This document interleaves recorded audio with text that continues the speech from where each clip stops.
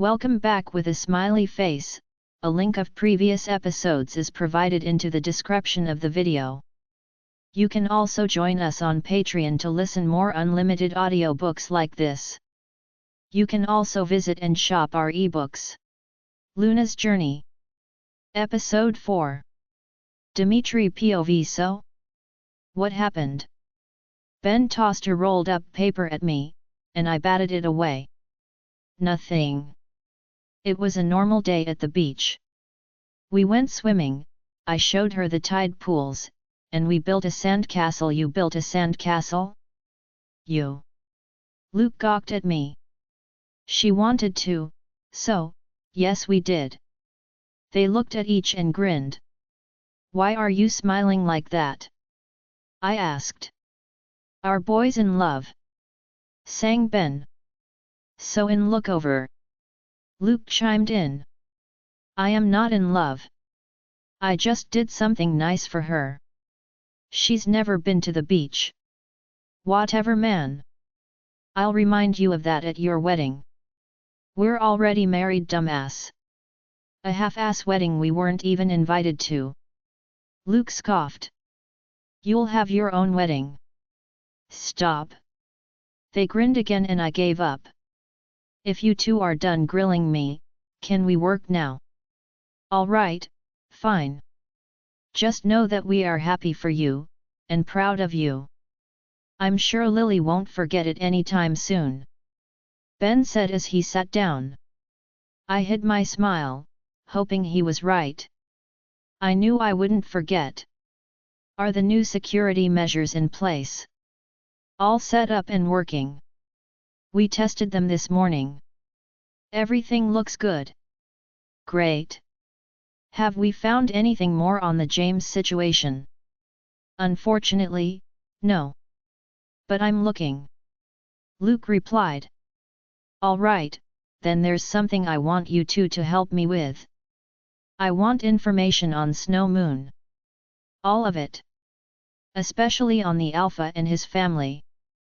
Find out everything you can, and get it to me as soon as you can. We can do that. Then get started. Wait, now? Luke asked. No, next week. Yes, now. Geez, okay. He held up his hands as he stood and they left. Myself, I walked to my desk and opened the bottom drawer. Digging out a stack of papers, I located Alpha Theo's number and picked up my phone, dialing. Hello? Alpha Theo? Yeah. Who's this? Alpha Dimitri Carlos. Oh, Alpha. Apologies, I didn't recognize your voice. How can I help you? I'm calling about Lily. There was a short pause on his end. What has she done? Why do you assume she's done anything? It's always something with that girl. Are you not satisfied with her? I'm sorry, Alpha, but our agreement clearly states that I'm not calling to send her back. And yes, I am satisfied with her. Oh. Then why are you calling? His attitude had my back up. Did he have no respect? I'm calling because I want help locating her original pack. Like I told you before, we don't know where she came from. She never said anything? Not even a hint. I pushed. No. She had no memory of a family or any pack when she showed up here. I drummed my fingers on my desk, agitated. Was that everything, Alpha? Yes. Goodbye then. I heard the click followed by the beeping. She hung up on me. I placed the receiver down, an uneasy feeling in my chest. This wasn't the first time I'd asked about Lily's past, I had before I took her from Snow Moon. It was the same answer, nobody knew anything. But now I felt a string of suspicion. I sensed Alpha Theo was hiding something from me, and I was hardly ever wrong when it came to my senses. I just had to find out what it was. Lily didn't know I was trying to find where she'd come from. I didn't know if she wanted to know or not, but maybe having some answers would help her in the long run. Who knew, maybe she had parents out there somewhere, possibly a sibling. I thought she would be happy if I could find her family. In the meantime, it was time I told her everything I knew so far about James' disappearance. I'd wanted more information, but it looked like a dead end for now, so it was time. Greta. Yes, Alpha. Do you know where Lily is right now? I do believe I saw her with Hazel a short while ago. Thanks. I cut off the mind link, opening a new one to Hazel. Hazel, are you with Lily? Alpha. Yes. Yes, I'm with her. Can you let her know to come to my office? Sure. Thanks. I leaned back in my chair and waited. Absent-mindedly, I picked up the shell Lily had given me and rubbed my hand over the smooth surface. I hadn't missed her disappointment the other day when I didn't kiss her, and I knew she wanted me to. I'd wanted to, badly. But not like that. It was the first time both of our walls were down with each other, the first time it hadn't been awkward. Until the end anyways. I smiled, picturing the way her face lit up when she saw the ocean. The way she giggled and laughed and just let go and had fun for a while. My heart throbbed when I remembered the way she'd looked with the sun shining down on her, hair fiery and wild, skin glowing. She was beautiful, absolutely beautiful. I'd loved watching her expressions as she took in all the new things that I'd always taken for granted. She was innocent and curious about everything. Adorable. You wanted to see me? I looked up at the sound of her voice. Yeah. Come on in. Closing the door behind her, she made her way to her usual spot. What's up? Not wanting to beat around the bush, I said, I wanted to update you on James. Her eyes clouded over in anger when I said his name. You found something? Yes. A while ago, actually. But nothing new as of yet. Go on. We're pretty sure James was taken by a clan elder. Do you know what that is? She shook her head. It's a very powerful witch, or warlock, a leader. Equivalent to an alpha. Okay. We figure this person, Gideon, took James over anyone else because they want information on the pack. On me. Probably because they want me dead. Lily stood, beginning to pace in front of my desk. Why didn't you tell me sooner? I wanted more to give you honestly. Luke is researching like crazy, and Ben is out following leads, but we've essentially come to a dead end for now. I recounted everything we'd learned about clan elders, their power, and the different theories we had. Why would a clan elder want you dead though? What did you do? I guess it was fair, given my reputation, she automatically assumed I was the one at fault. I didn't do anything. I've never met any witches, never had any interactions with them. She looked into my eyes, seemingly deciding I was telling the truth. Then she blew out a long breath, flopping back onto the sofa. It doesn't make sense. What doesn't? Why take James? Why not take someone closer to you, like me, or Ben? My heart clenched at the idea of her being taken. Over my dead body. Like I said, James is a pack member. Her forehead creased in thought. So? He didn't have access to the pack house, your office, your room. He wasn't ever close to you, he knows nothing about you, not like we do. When she put it like that, she made a lot of sense. But James was the lead warrior, just one under Ned. He'd be valuable in a fight. I said. Even James knows he doesn't stand a chance against you. I'm just saying, it doesn't make sense.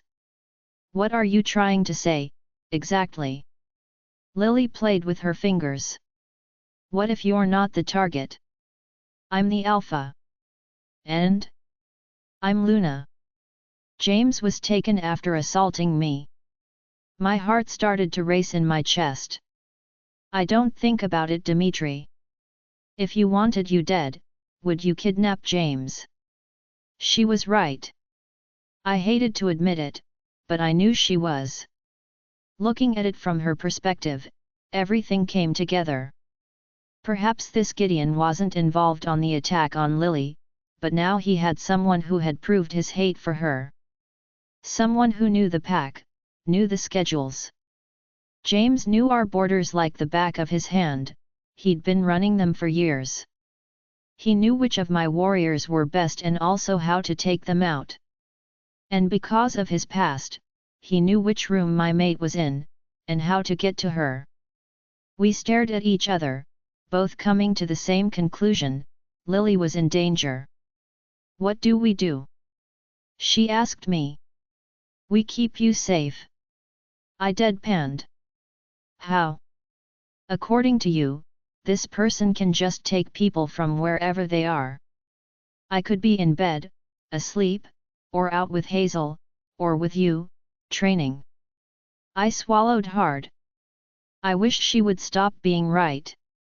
I don't know. I replied uncertainly.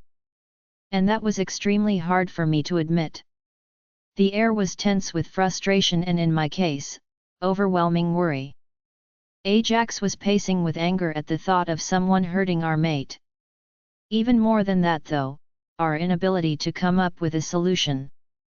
Do you trust me? Lily asked suddenly. Yes. I replied instantly. She seemed surprised but went on.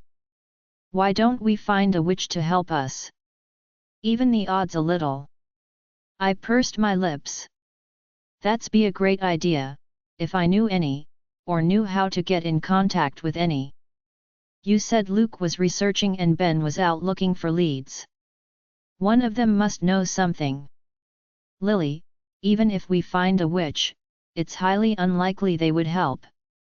Wolves and witches hate each other. We don't have anything else. She whispered. For the first time, she looked scared. And it was that made my decision. Ben. Yeah, boss. Grab Luke and come back to the office. We need to talk. Lily POV, let me get this straight. You want me, by myself, to go into witch territory, if I can even find it, and try and persuade a witch to come help us? Ben stared around the room, looking at each of us in turn. That's the gist of it, yes. Dimitri replied. Again, by myself. You are my beta, are you not? Well, yeah, but it's not with the intent to harm you, Ben. I interrupted him. They already don't trust us. It would look much worse if it was you and bunch of warriors. He clenched his jaw and turned to Dimitri. Am I that replaceable to you? Nobody could replace you, Ben. And nobody is going to. I'm trusting you with this above anyone else because, I know you will be fine. Even if you don't bring a witch back, I'll know you did your best for my ma, for our pack. Ben's eyes softened as he glanced between the two of us, finally sighing heavily. I'll go pack. I'll leave in the morning. Luke, go with him and draw out some maps from your research. Both nodded and bowed slightly to Dimitri. Then, surprising me, they gave me the same gesture before leaving. I sent up a prayer to Celeste that, even if he wasn't successful, that Ben would return home to us safely. That's what mattered the most. I stood, every nerve on edge. Going for a run sounded really good right now. Want to go for a run? I asked Dimitri. He perked up almost instantly. Absolutely. Together we left the pack house and went to our usual spot. I didn't waste any time finding a tree to change behind, shifting into Aya. Have fun, but don't go too far this time. Okay. Like anyone could me down. Aya. Alright, fine. I gave up control and watched silently as her and Ajax played and ran together. They'd made a route through the forest, but it seemed like Ajax was in line with my thinking, not going as far as they usually did. While our wolves spent time together, I thought about my situation. It wasn't hard to figure out why I was the target. I was a mother wolf. And clearly this Gideon guy was watching the pack.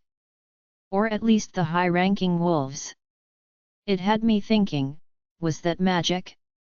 Or was there a mole in our midst, spying on us for him? I really hoped it was magic, but I couldn't rule out any possibilities. It was troubling, because that meant I didn't know who to trust. If I had to guess anyone, it would obviously be Jenine. She was the one who'd wanted me gone the most. But my dislike for her wasn't proof enough. I thought of my friends, unwillingly, and cringed at the idea that Hazel or Clint could possibly betray me. Greta was simply too kind-hearted, she didn't have a malicious bone in her body. Ben and Luke would do anything for Dimitri, so they were unlikely as well. And Dimitri? Celeste had told me he'd only wanted a mate to make him stronger. I didn't think he'd get rid of me, not like this anyways. If anything, he'd just send me back to Snow Moon. More than that, however, I truly didn't believe Dimitri would cause me any harm. His face when he realized that I was right earlier, that nobody was after him.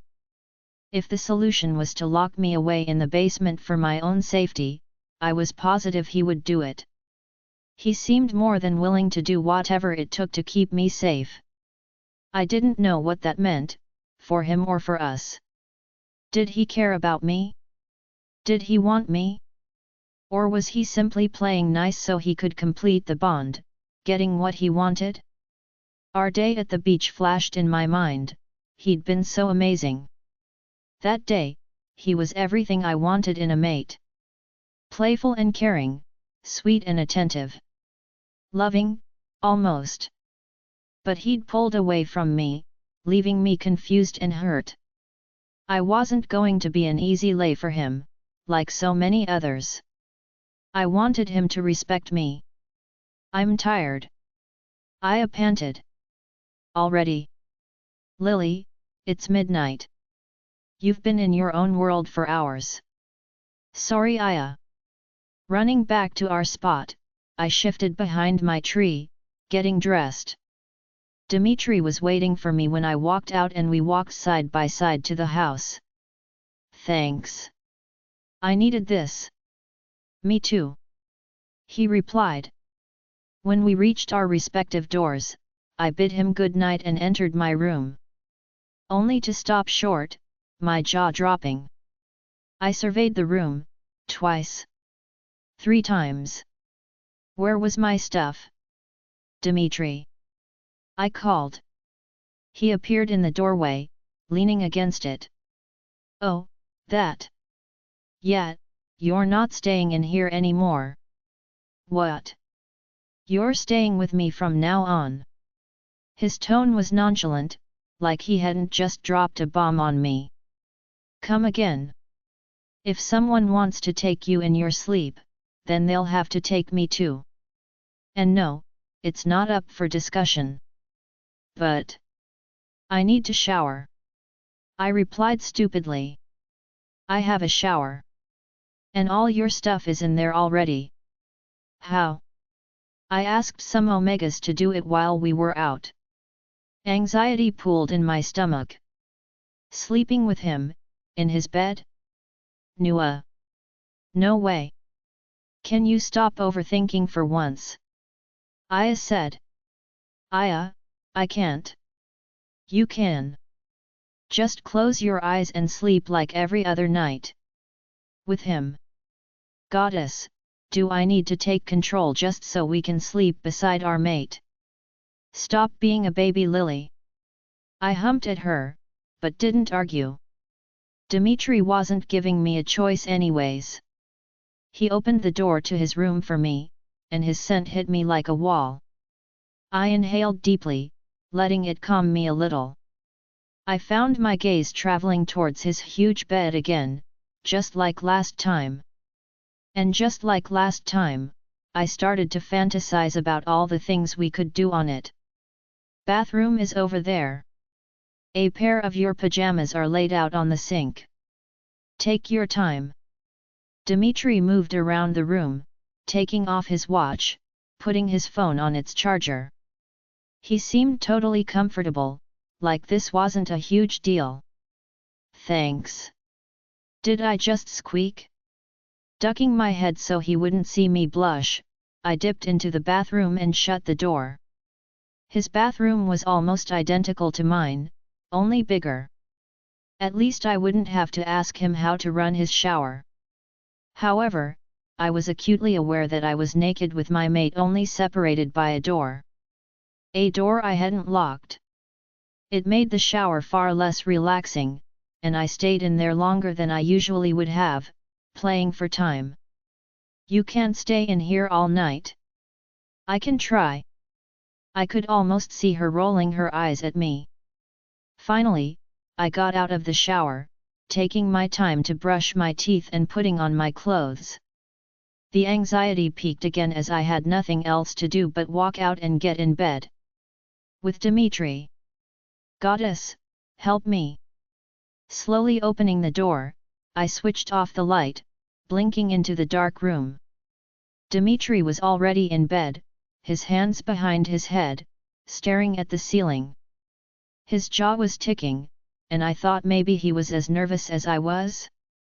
Crossing the room, I gulped when I saw he had no shirt on, and my eyes trailed down his body of their own accord. Coming in. His voice was heavy, huskier than usual. It sent a shiver down my spine that I couldn't ignore. Not trusting my voice, I nodded and hesitantly crawled onto the bed, pulling the covers over me. Turning onto my side away from him, I whispered a good night. Good night, Lily. Just close your eyes and sleep. Just close your eyes and sleep. Just close your eyes, I repeated my mantra over and over in my head. At some point, it must have worked because my body relaxed and I drifted into unconsciousness. Sometime later, in the early hours of morning, I woke up covered in sweat, pain radiating throughout my body. My first thought was I had been taken, like James, but my fear was erased when I recognized Dimitri's room. Another burst of pain caused a low moan to escape me, stirring my mate from his sleep. Lily? What's wrong? His voice was thick with sleep, and wetness pooled between my thighs almost immediately at the sound. What was wrong with me? I feel wow. I looked to Dimitri for help. He was awake and alert, his eyes darker than I'd ever seen them.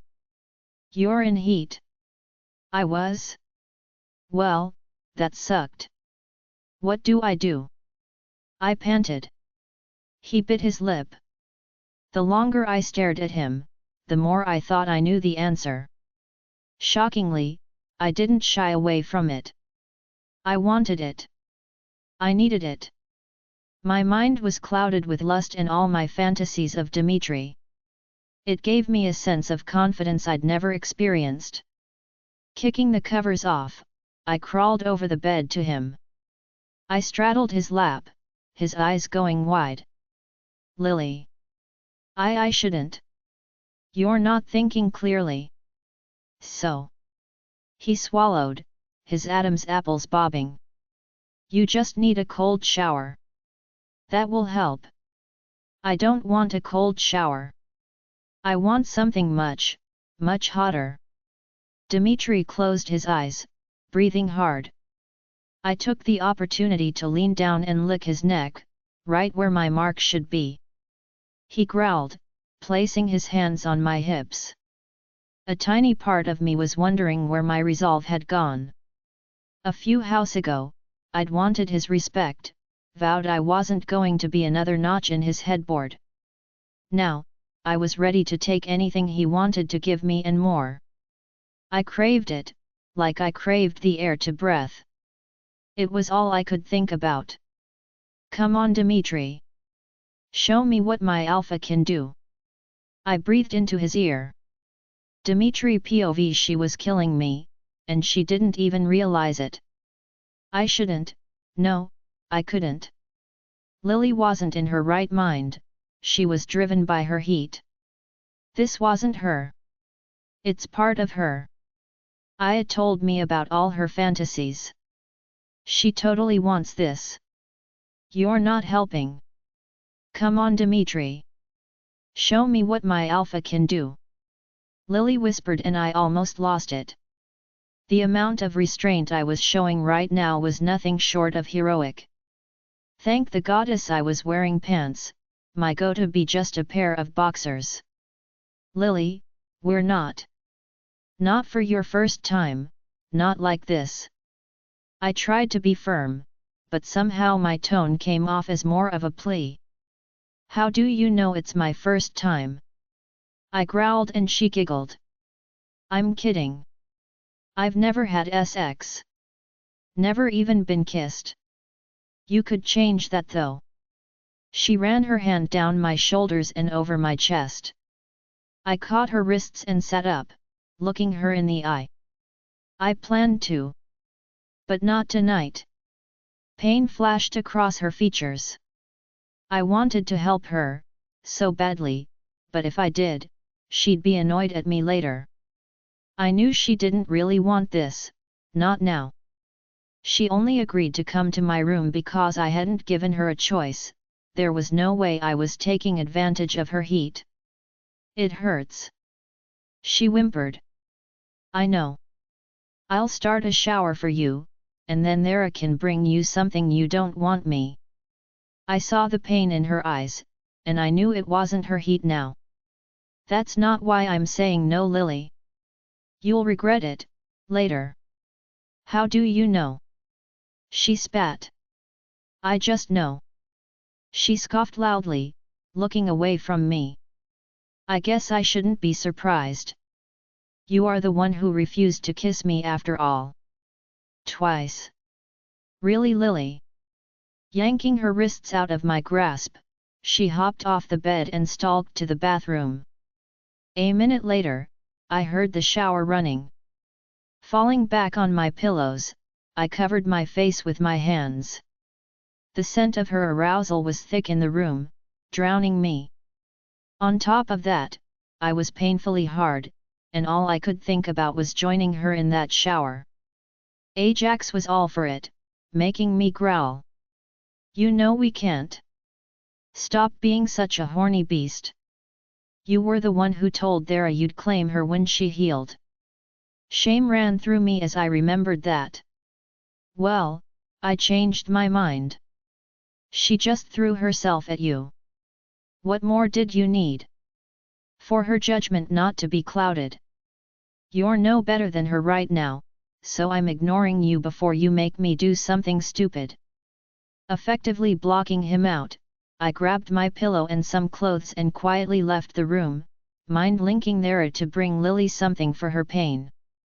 When I reached Ben's room, he was already awake. Hey? Something up? He let me in, taking in my state of undress and pillow. Lilith's in heat. I grouched.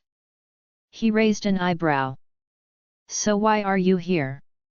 Because if I stay there, she's probably going to pounce on me again.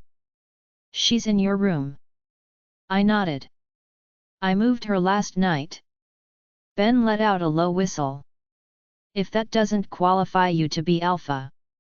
Shut up, Ben. I'm just saying, Ben. He chuckled, holding his hands up. You get the room to yourself. I was just checking my things over, and then I'm heading out. K. Be careful. And come back. You sound like my mate now. You want me to bring you your favorite cookies on the way back. I just don't want the hassle of replacing you. Thought you said I was irreplaceable.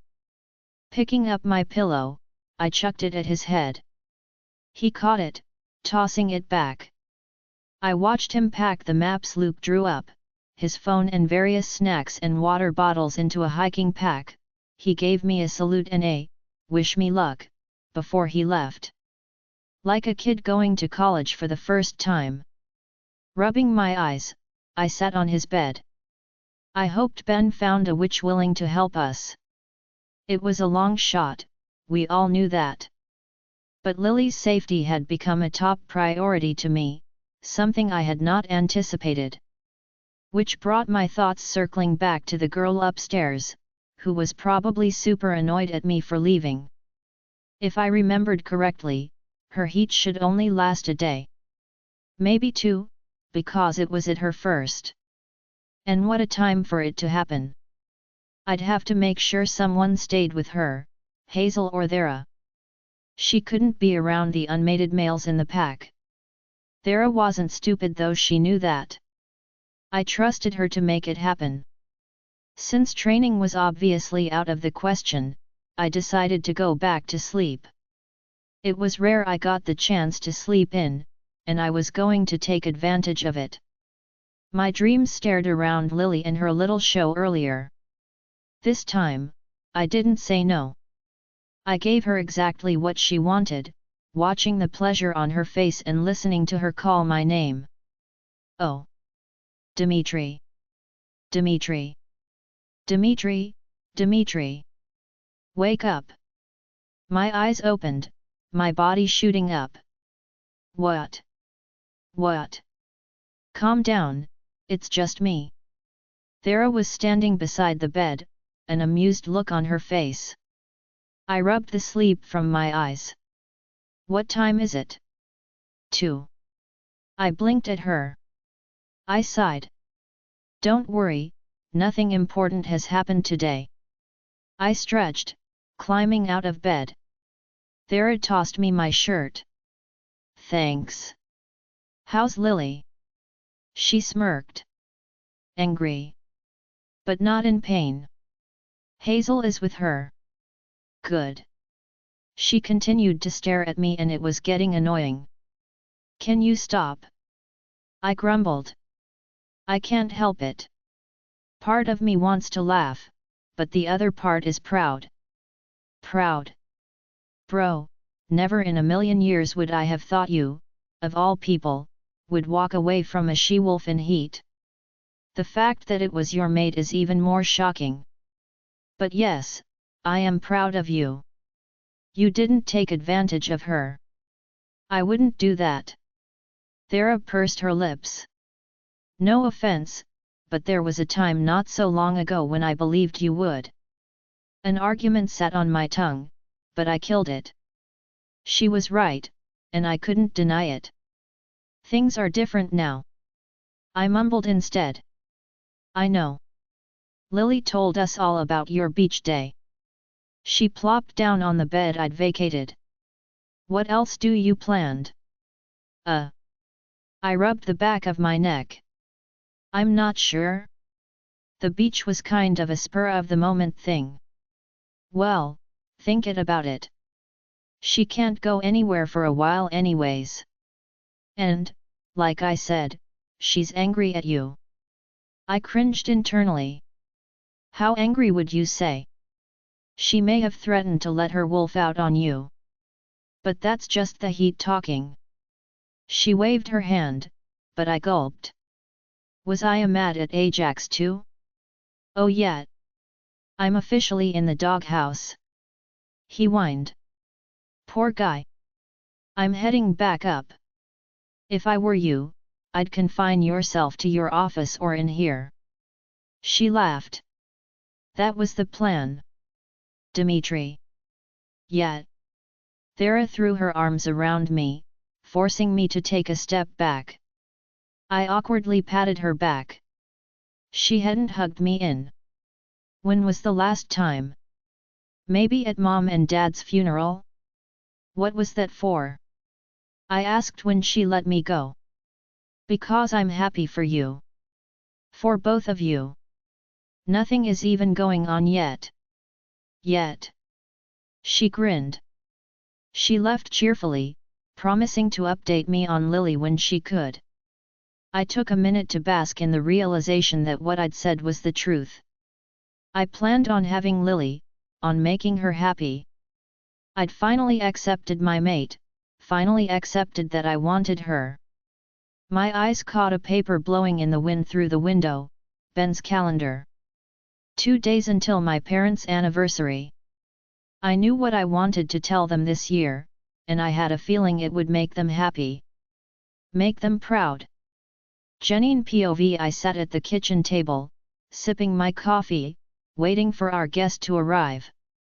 Connor sat across from, his leg irritatingly bouncing up and down while he clicked his tongue. The sound was driving me crazy. I was 2 seconds away from throwing my drink in his face. Would you stop? I hissed. Sorry, I'm just a little nervous. He gave me a sour look. Everything is going to go according to plan, okay? As long as you don't wimp out, that is. You know, Jenine, if I knew you were this much of a BH, I wouldn't have rejected Silvia. He glared at me and I glared back. Your mate was a sniveling little mouse. Useless. It was your choice to reject her. Only because you promised we would be mates. And I keep my promises, Connor. This is just a little test of faith from you. He scowled at me, and I worried that he was really going to pull out. I couldn't let him, I needed him for this to work. Setting my mug down, I reached across the table, placing my hand on top of his. Don't you want her gone? Don't you want her to pay for humiliating you the way she has?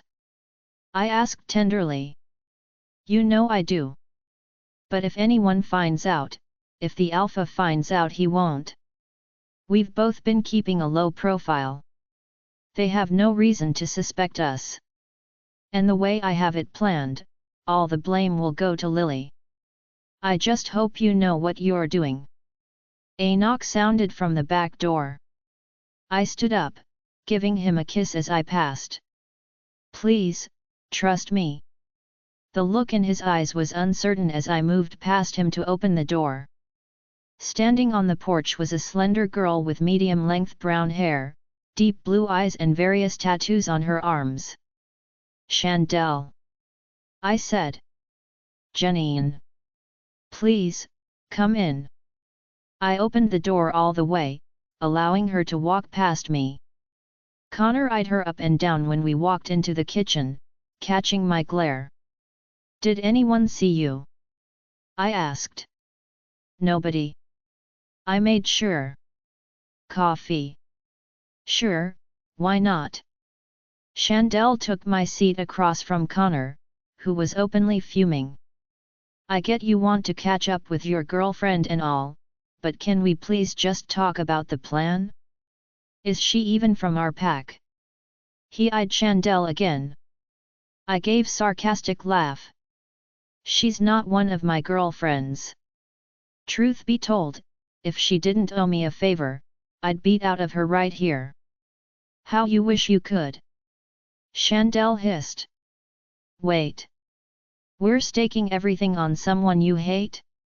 Who hates you? Are you with me, Jenine? Nope. I set Chandelle's coffee on front of her. Like I said, she owes me.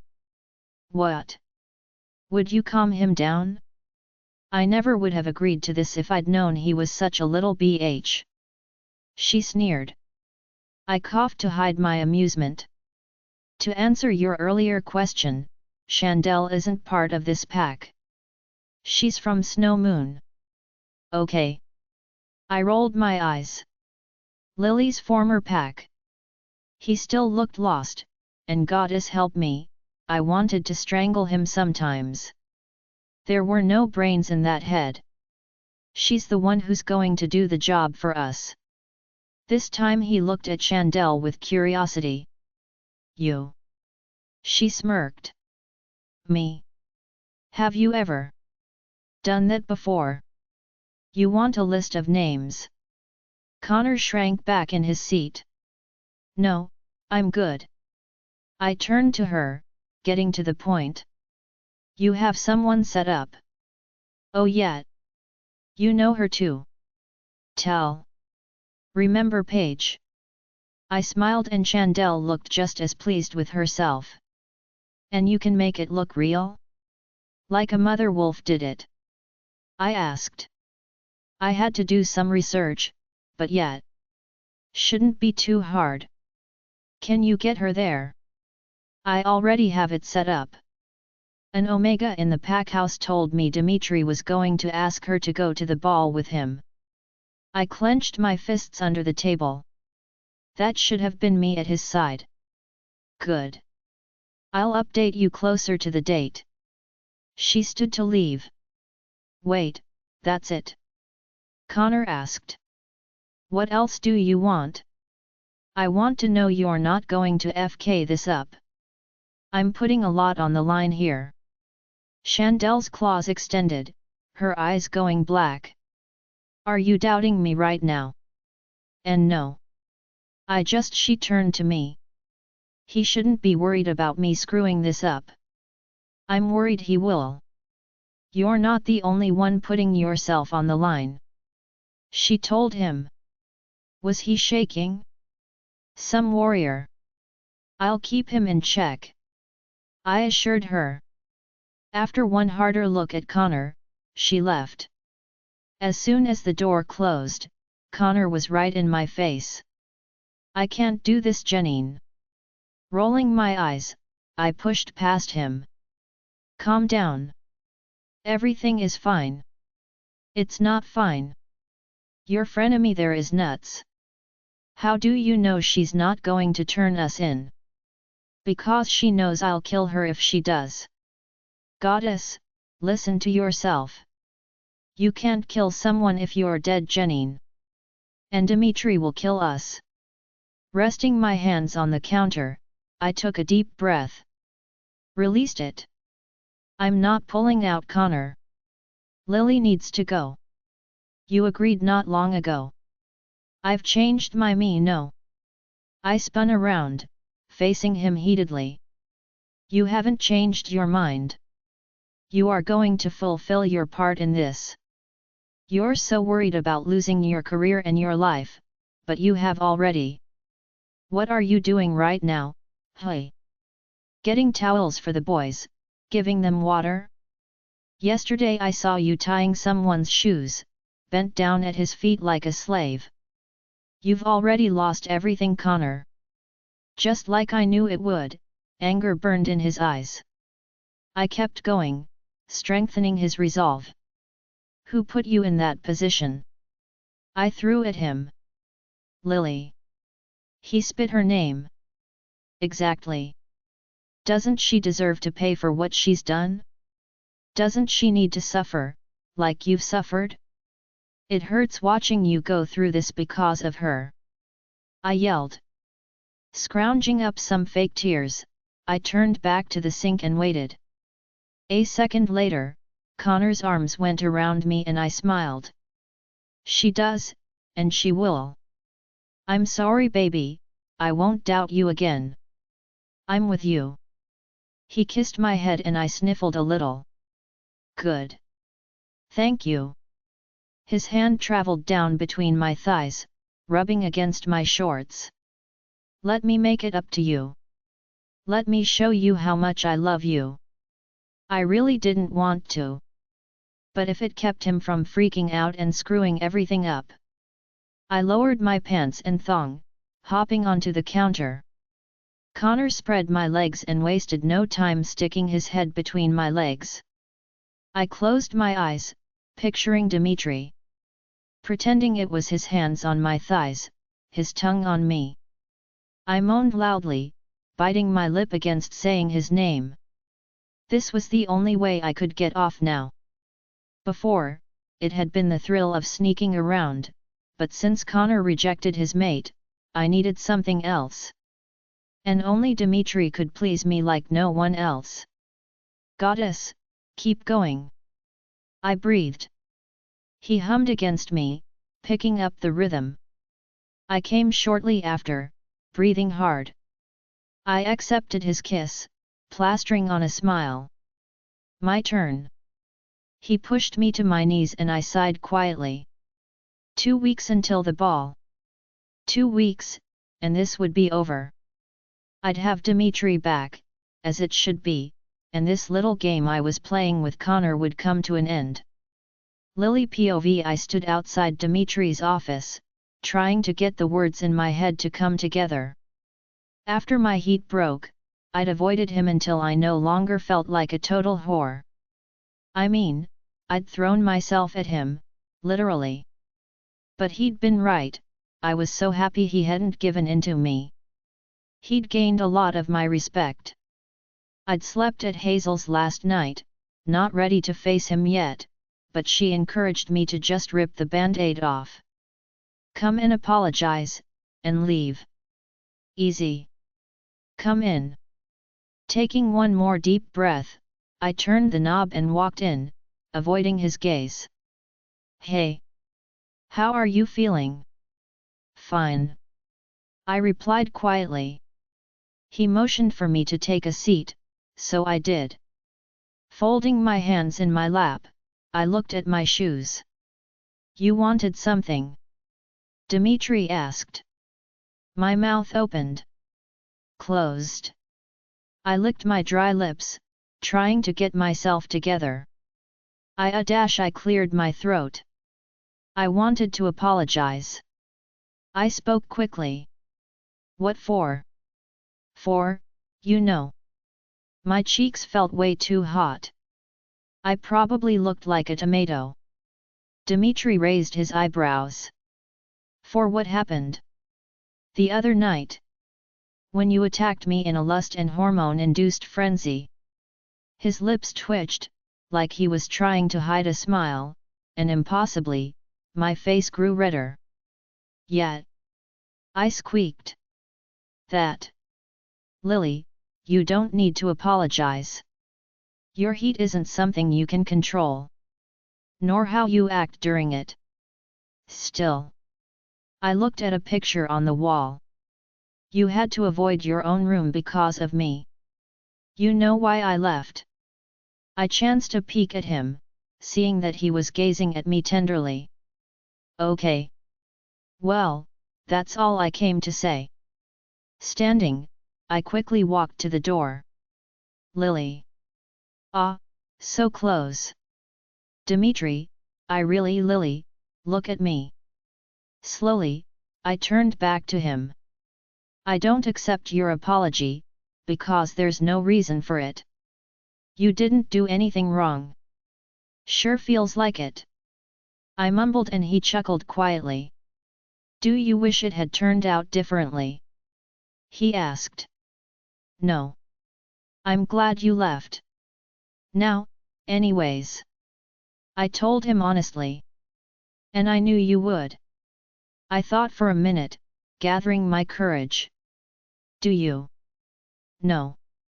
He stood and slowly walked to stand in front of me. Don't take that the wrong way, please. Just know I would never take advantage of you that way. He tucked my hair behind my ear. I knew he was referring to me accusing him of not wanting me. Thank you. And I do know that. I trust you. Our eyes met, his surprised. You do? Yes. Perhaps I didn't at first, but now? Okay, I didn't trust him 100%, but what he did couldn't have been easy. It said something about him, about the kind of man he was. And I liked that man more and more. He smiled, happiness shining on his features. The unexpected expression caught me off guard and made my heart throb. I want to hold your Luna ceremony tomorrow night. He suddenly dropped on me. I know it's not much time, but Thera agreed to take you out, get you ready. I'm arranging everything else. Okay. It's not like I could say no. Also, before you go.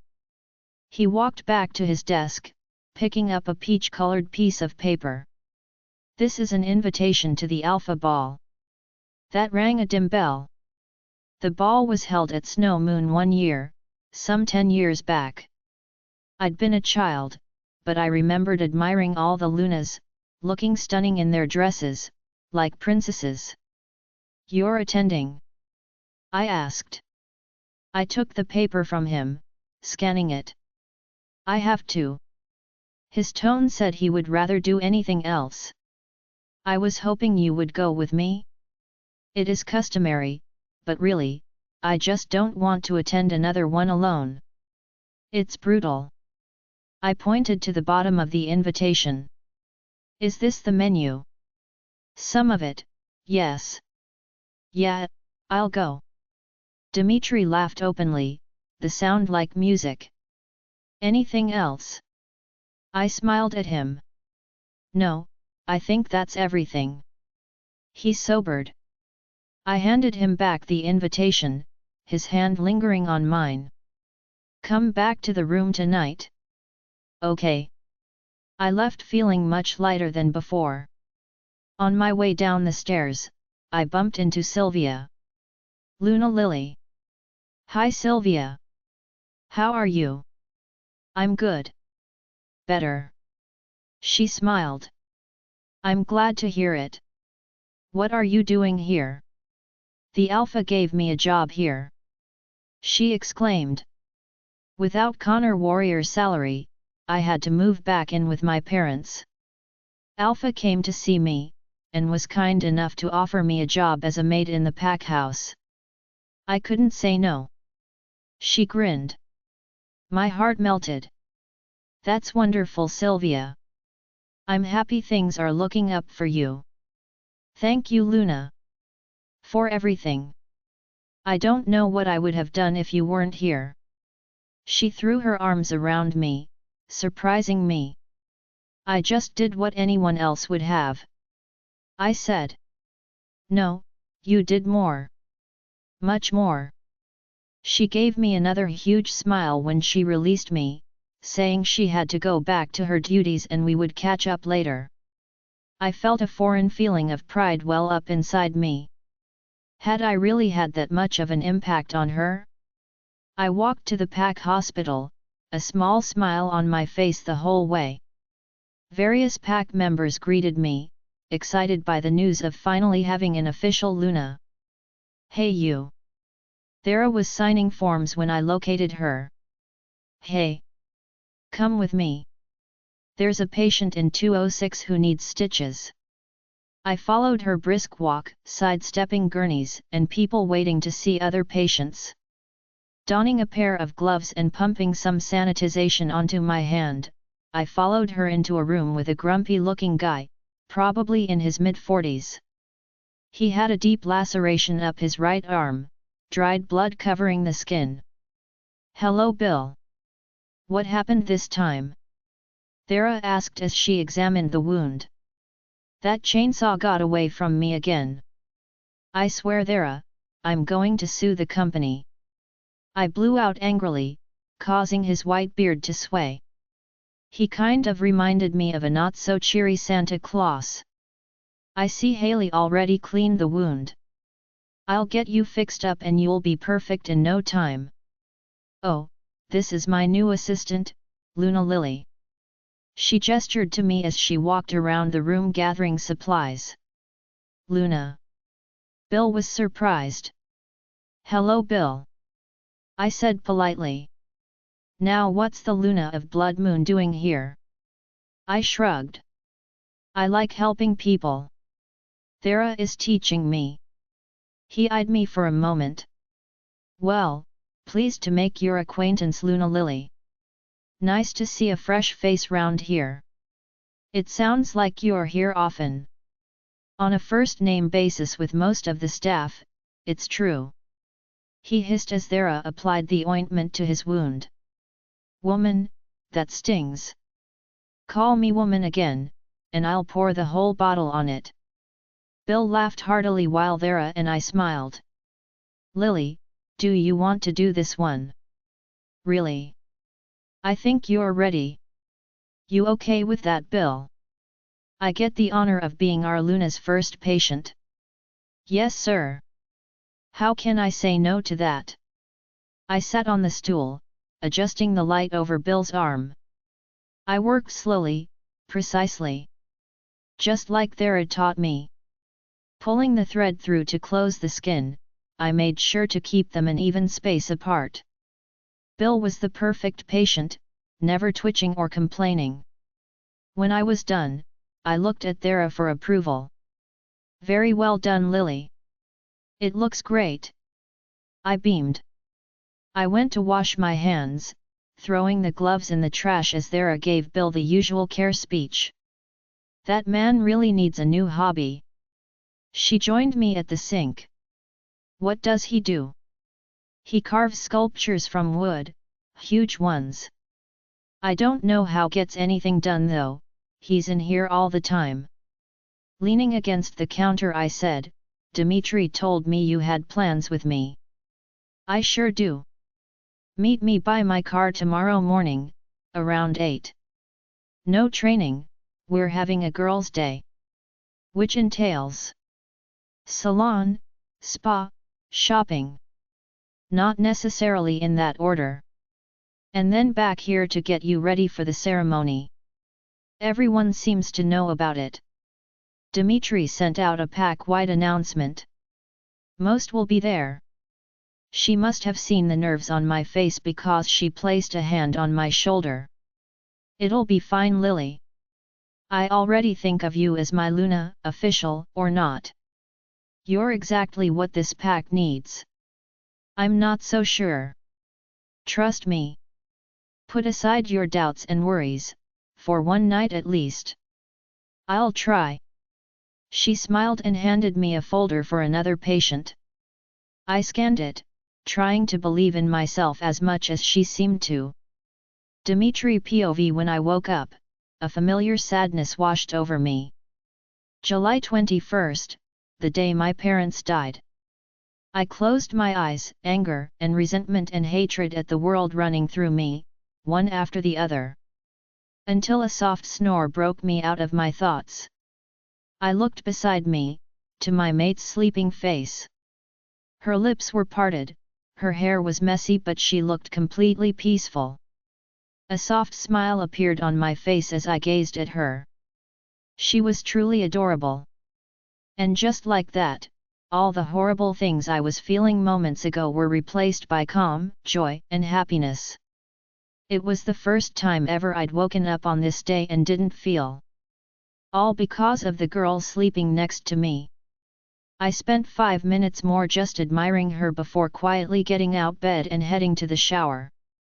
Thera had gone to our parents' graves yesterday so she could take Lily today. We usually went together, but she'd insisted so I didn't argue. When I returned to the room, Lily was sitting up in bed, rubbing her eyes. What time is it? She yawned. A little after 7. Ugh. She flopped down again. I set an alarm so you can get up to meet Thera. I told her. She gave me a lazy thumbs up in response and I chuckled. I have to go. I'll see you tonight. Where are you going? I paused. She didn't know? I would have thought by now my sister would have told her. I decided to be honest with her. I'm going to see my parents' graves. Lily rolled over, peering up at me. So, she really didn't know. Your parents? I nodded. She turned her head into the pillow, a question on her face. Okay. See you later. Later. I touched her head softly before leaving. The feeling in the house had an air of sadness to it. Everyone here knew what today was, and they all mourned in their own ways. Heading out to my car, I pulled out my phone. Ben had texted me last night, updating me on his location. Nothing new yet, so I threw it onto the passenger seat as I got in. I started the all-too-familiar drive, taking my time. The cemetery was located to the south of the pack, just inside the border. It was unusual doing this without my sister. I stopped to pick up flowers, my mom's favorites. Coincidentally, they happened to be lilies. I smiled, another first for today. When I got to the cemetery, I took my time wandering through the headstones, paying my respects to warriors I'd known who were buried here. Finally, I reached them. Their headstones were larger than most here, intricately carved and beautifully designed. Sitting on the ground between them, I placed half the flowers on my mom's grave and the other half on Dad's. Tyara's flowers were still settled there from yesterday. "Hi Mom. Dad." I looked at their stones in turn. A light breeze blew through, whisking through my hair. "Another year, hey? And I still miss you guys like crazy. And it's been a crazy year." Picking up a twig from the ground, I twirled it around in my hands. "I don't know if you know this, where you are, but I met someone. My mate." I smiled softly. "Her name is Lily. Mom, you would love her. She's amazing. She's cute and funny and kind and sweet. Nothing like me." I laughed. "Ajax says she reminds him of you. How you were. I can see it, I guess. I think she's going to be a great Luna for the pack. And get this Dad dash." I looked at his stone now. "Lily is a mother wolf. I guess all those bedtime stories weren't just stories." Peeling the bark off the tiny stick, I continued. "I wish you guys were here to meet her. Maybe if you were here, I wouldn't have been such a to her in the beginning. If you saw that, I know you're disappointed in me. You always wanted me to meet my mate." My lower lip trembled slightly. "But I'm going to fix it, if she'll let me. I want her, I want to be the kind of mate she needs. Like you were for each other. I want to make you proud of me again." My words choked off, a stray tear escaping my eye. I didn't bother to wipe it away. "I've made a lot of mistakes, and I know if you were here, Mom would have hit me over the head with frying pan by now. But Dad always told me a real man owns up to his mistakes, and does his best to fix them. So that's what I'm going to do." I sat for a while longer, telling my parents about Luke finding his mate, and giving them st if they knew about him when I didn't. I also told them about James disappearing and our crazy idea to find a witch to help us. "Whoever this Gideon guy is, you can rest assured he'll never hurt Lily. Not under my watch. Do I a favor, and help me watch out for her, please? She seems to have a knack for getting into trouble. I guess we have that in common at least." I stood up, placing my hands on their stones, my eyes wet. "Next time, I'll bring Lily to meet you. I love you guys." Shoving my hands in my pockets, I turned and walked away. It was never easy, saying goodbye to them. That's why I only did this once a year. But I was thinking of making an exception this year, for Lily. I got back to my car, wiping my face. Looking over the graves one more time, I turned the key and started the drive home. "Hey man!" Luke greeted me as I entered the pack house. "Hey! How was it?" "Honestly? Not as bad this time. Not as hard." He gave me a smile which I returned. "I don't know if now is the right time, but I have that information you wanted. It's in your office." Luke was still gathering the information on Lily's former pack while Ben was away. It was too important to put on hold again. "How much did you find out?" "A lot. You might want to leave it until tomorrow." Thinking it over, I said, "Yeah, you might be right about that. I have some stuff to do, so I'll see you tonight." "Sounds good. Don't be late." "Never." Luke was also standing in for Ben tonight, acting as Beta and Gamma. I'd already gotten Ben's verbal and written confirmation on accepting Lily as his Luna, but traditionally, both would be here to announce it to the pack. Oh, well. It would be fine. Taking the stairs to our room, I grabbed my clothes for tonight and hung them over my arm. I was giving up my bathroom to my sister for the afternoon so she could work her magic on my mate, as she said. That left me to get ready in Ben's room. I had hours still before the ceremony, so I dropped the clothes and headed to the kitchen, hoping Greta had something to eat. The place was busy, Omegas and cooks bustling around preparing for the dinner after the ceremony. The air smelled of various meats, rice, veggies, potatoes, and something garlic. I spotted Greta amongst the staff and waved. "Hello dear." She gave me her signature cheeky smile. "Hi Greta. Think I could grab a sandwich or something? There's a plate for you in the fridge over there." She pointed. "I figured you wouldn't wait until dinner. You're the best. I know how to take of my boys." Giving her a quick side hug, I moved through the kitchen to retrieve my plate. Greta was spot on a turkey and bacon club with potato salad on the side. She knew me well. I grabbed the plate, waving goodbye, and left them to their preparations. I ate as I climbed the stairs, going to Ben's room. My phone was buzzing on the table when I arrived. Swallowing quickly, I picked it up. "Hello. It's me." Ben's voice sounded distant. "I can barely hear you. Reception out here is ST. This was the best I could do." "Okay. What's up?" "You won't believe this, but I found what we're looking for." I lowered my sandwich. "Already? Pretty good, right?" "Pretty suspicious." A loud crash sounded on his end, followed by what sounded like a child laughing. "Hey!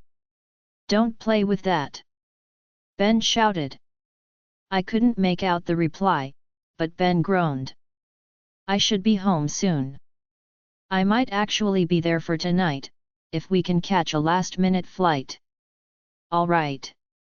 I'll alert patrol that you're bringing guests. See you. Bye boss." I hung up, tapping the phone against my thigh. Ben's task should have been next to impossible, especially given the circumstances. What witch would go against another? And to help werewolves at that? I had my doubts, and my suspicions, but I would put them to rest until I met whoever he was bringing back. Worst case scenario, I'd send them on their way and we'd start over. Finishing my lunch, I jumped in the shower again, wanting to be totally refreshed. I had plans for tonight, and not all of them involved just making Lily our Luna. But I'd meant what I'd said to my parents. I was going to try and fix things between Lily and I, starting tonight. I was nervous, and could only hope she would hear me out.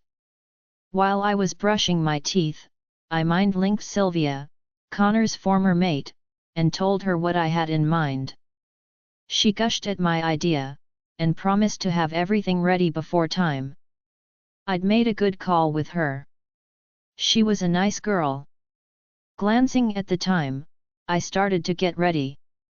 I fixed my hair, slicking it back and shaved my ever-annoying 5 o'clock shadow. My suit was a grey three-piece, something Thera had picked out for me. She said it reminded her of the suit Dad wore at our mother's ceremony. It made me wonder what she had in store for Lily. Luke popped his head in as I was adjusting my tie, Miguel behind him. "You look very handsome, Alpha." "Thanks, Miguel. What about me?" Luke pouted. "Handsome is not the word I would use for you," Miguel said, and Luke blushed. "It's almost time. We should go down." "Right." As we walked out of the pack house and made our way to the now transformed training yard, I prayed hard that everything would work out tonight. Lilith's POV. It was official, I was not a fan of malls. Thera had dragged me around for hours today. First we went to a spa, where I'd had oils and lotions and applied to my body, and a very painful waxing experience. That was never happening again. Then she'd taken me to a salon, and given specific instructions to the hairdresser, who spent 2 hours doing my hair. I'd ended up with a half updo and big, loose curls falling over my shoulder and down my back. After that, we went out for a quick lunch before picking up my dress, something Thera had ordered for me. I hadn't seen it yet, but I was decidedly scared. I'd begged her to take me home, and she'd finally relented. Now, we were sitting in Dimitri's bathroom, our bathroom? I wasn't sure, with every possible brand of makeup a girl could hope to own splayed out over the counter. She had brushed, polished, and pat. She used things I didn't even know existed until now to make me into the beauty queen she was aiming for. I told her to go light, I wasn't used to wearing makeup. And she wasn't allowing me to look in the mirror, so I could only assume that by now I looked like a clown.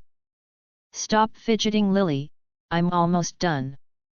You said that 10 minutes ago. And 10 minutes before that. She rolled her eyes, refocusing on her masterpiece. Your impatience will be rewarded, believe me. 20 minutes and a lot of bickering later, she finally declared me done. Wait here, and don't you dare look in that mirror. You can't see until your dress is on. She rushed out of the room. Before I'd taken 2 breaths, she came breezing back in, a white garment bag in hand. Hanging it on one of the towel hooks, she unzipped it and ordered me to stand. Carefully, she helped me into the dress and zipped up the back, fixing my hair afterwards. Let me adjust this, and here, perfect. Okay. You can look now. She squealed. Frightfully, I turned to the mirror to see what she'd done. My face morphed into one of pure shock as I took in the girl staring back at me. She was beautiful. Long, shiny red hair that was done sophisticated and mature, without overdoing it. Her skin was a light cream color, a hint of rose on her cheeks. Long lashes framed startling green eyes, made to pop by rose gold eyeshadow and lightly applied eyeliner. Her lips were plump and red, bringing the whole thing together into a natural. The face was only outdone by the dress. It was form-fitting, slender, a gorgeous pure shade of white. It enhanced the cleavage, without being slutty, and accentuated every curve. It had off-the-shoulder half sleeves that had intricate lace designs cut into them with little gemstones woven in. Well? What do you think? Thera asked me. Thera. I swallowed. I don't have the words. You look stunning. She replied smugly. I nodded mutely. I'd never doubt her again. Originally, this was supposed to periwinkle dash. She touched my dress. But I thought, since your wolf is white, it's perfect. You are, without a doubt, the best sister-in-law in the whole wide world. I beamed at her. I'm glad you like it. She grinned. Her eyes clouded over momentarily before clearing again. Hazel is on her way up. Come on, let's get you into some shoes and then it's time to go. Taking one last look in the mirror, I followed her out. Hazel stood in the middle of the room, wearing a light blue dress that reached just past her knees, her usual hairdo twisted up into a tight crown on her head. When she saw me, her mouth hit the floor. Lily? Oh my goddess! You look amazing! She exclaimed. Thanks. Thera handed me a pair of white flats and I slipped them on. It was surprising how well I could move in this dress. It gave the impression of being tight, but I felt no different than wearing my jeans. Alright, let's go. You're going to be so happy with what we've done in the training yard. Hazel gushed. Apparently the yard was the only space large enough to hold almost all, if not the entire, pack. I have no doubt. I smiled at her. The girls talked as we made our way out of the pack house, excitement vining between them. Me? I was a puddle of anxiety. I'd never been good with large crowds, and now I had all of Blood Moon, or most of it, waiting to see me. I was not used to being the center of attention, always trying to be invisible in an attempt to avoid it. More than that though, with every step I took, my fears grew. From the moment I found out I was an alpha's mate, I never believed I'd be worthy of being a Luna. It didn't matter that it was Blood Moon, it could have been anywhere, and I would have felt the same. I had grown up a slave. Unloved, uncared for. Now I had an entire pack to care for, and the weight on my shoulders felt crushing. How could I be everything they wanted me to be? You're a slave pretending to be a Luna. Jenine's hateful words echoed through my mind, strongly reinforcing my thoughts. Who was I trying to kid? Lily. I met Hazel's eyes, some distance away. I hadn't realized I'd stopped walking. What's wrong? Thera asked. I can't do this. Hey, none of that. You'll do fine. It's just a few oaths, and the cut doesn't even hurt. She reassured me. I shook my head. No, I mean this. I'm not. I mean, I can't be. My breathing started to come faster and I felt dizzy. Lily. Hazel put her hands on my shoulders. Stop. Take a deep breath. In. Now out. Again. In. And out. Good. Now, listen to me. You can do this. You can.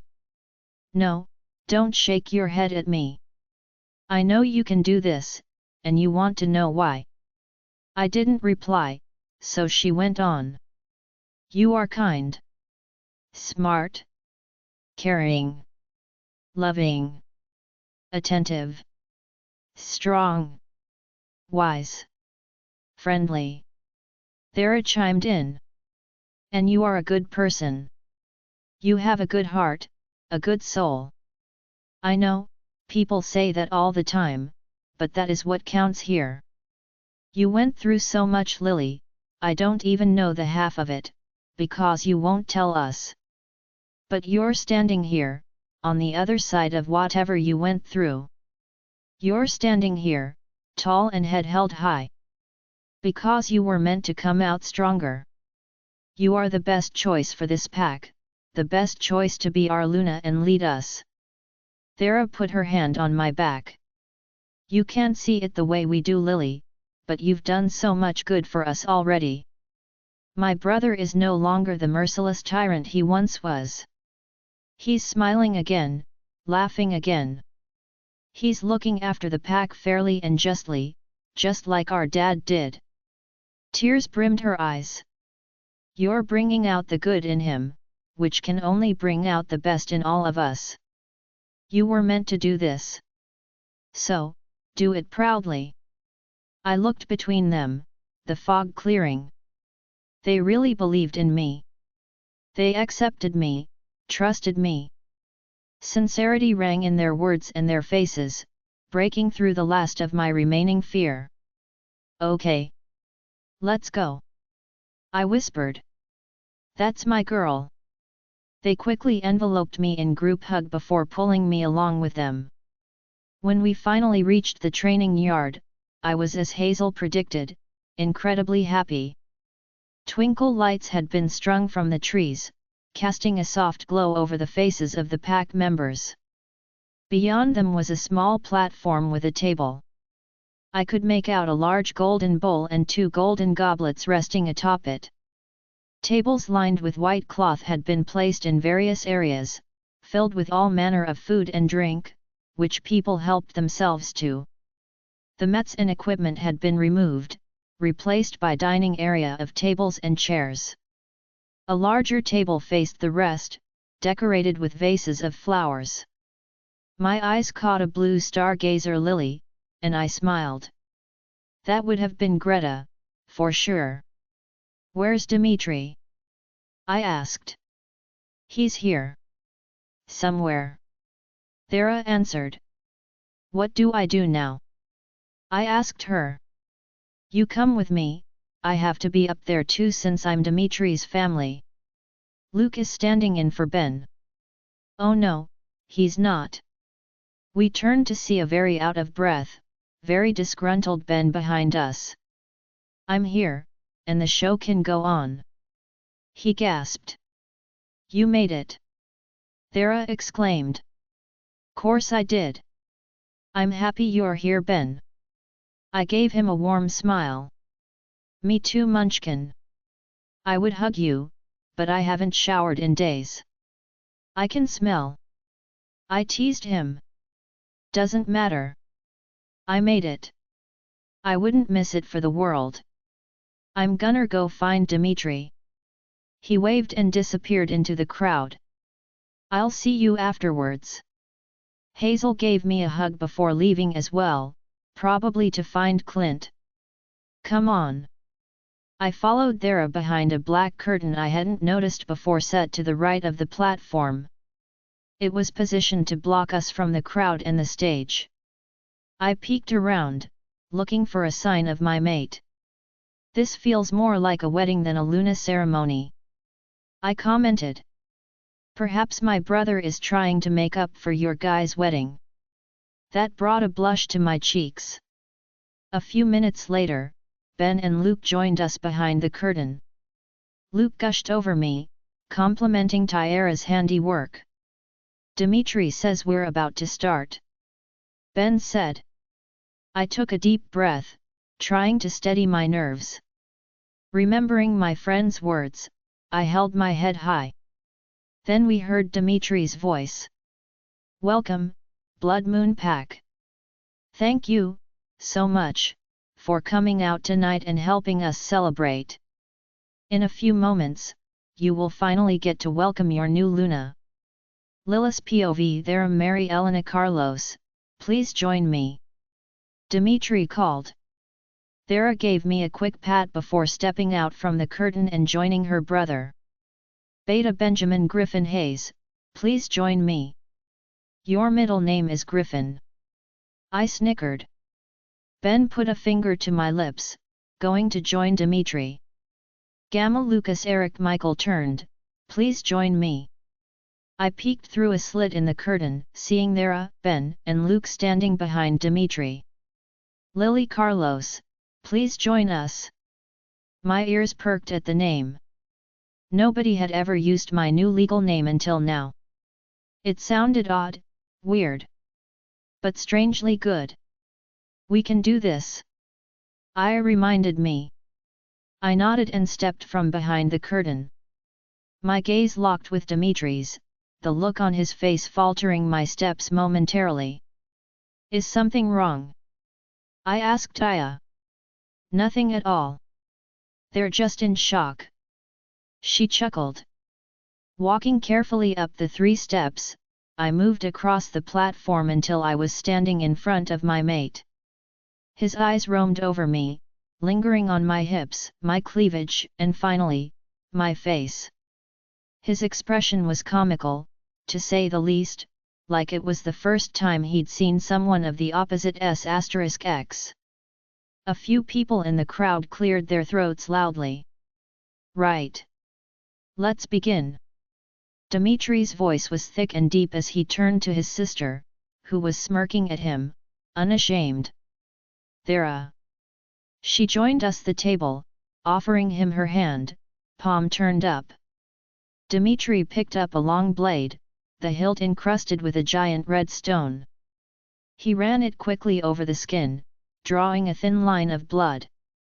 Thera squeezed her hand over the golden bowl, allowing a few drops to drip into it. I hadn't noticed before, it was filled with some sort of clear drink. Wine perhaps?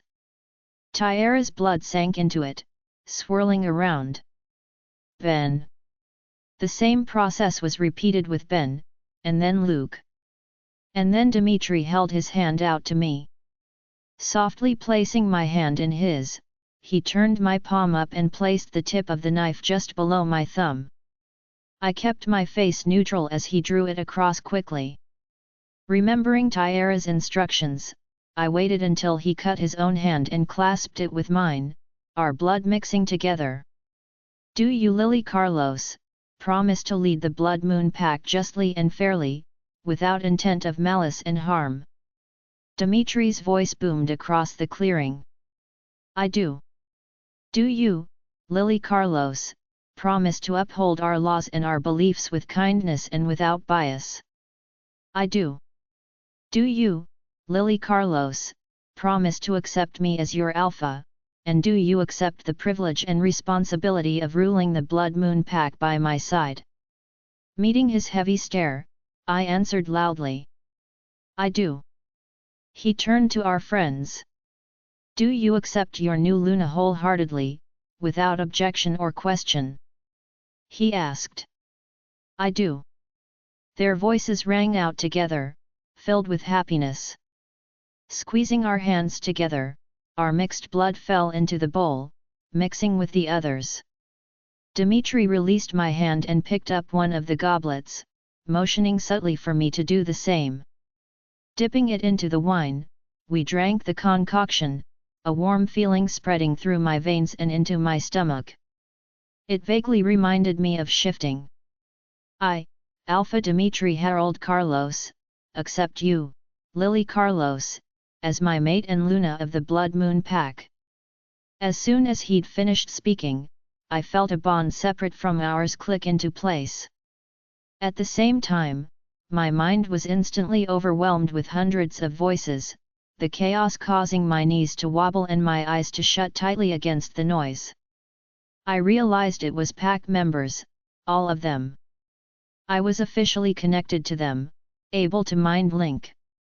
Dimitri gave me a moment to right myself before taking my hand again and pulling me close. He turned to the crowd and said, "Welcome your new Luna Blood Moon." Clapping and cheers and utter pandemonium erupted from the crowd, deafening me. The overwhelming acceptance was so unexpected that tears sprang to my eyes. The most surprising one for me though was the man standing next to me. Becoming his official Luna had almost completed our bond. I could feel waves of happiness and pride radiating off him. He was glad his pack accepted me so fully, I could tell. Our pack, now. There is plenty of food, and you're all welcome to stay and celebrate with us. Enjoy yourselves. Dimitri said to the crowd before leading me off the stage, followed by Thera, Ben, and Luke. You did so well, Lily. I'm so happy.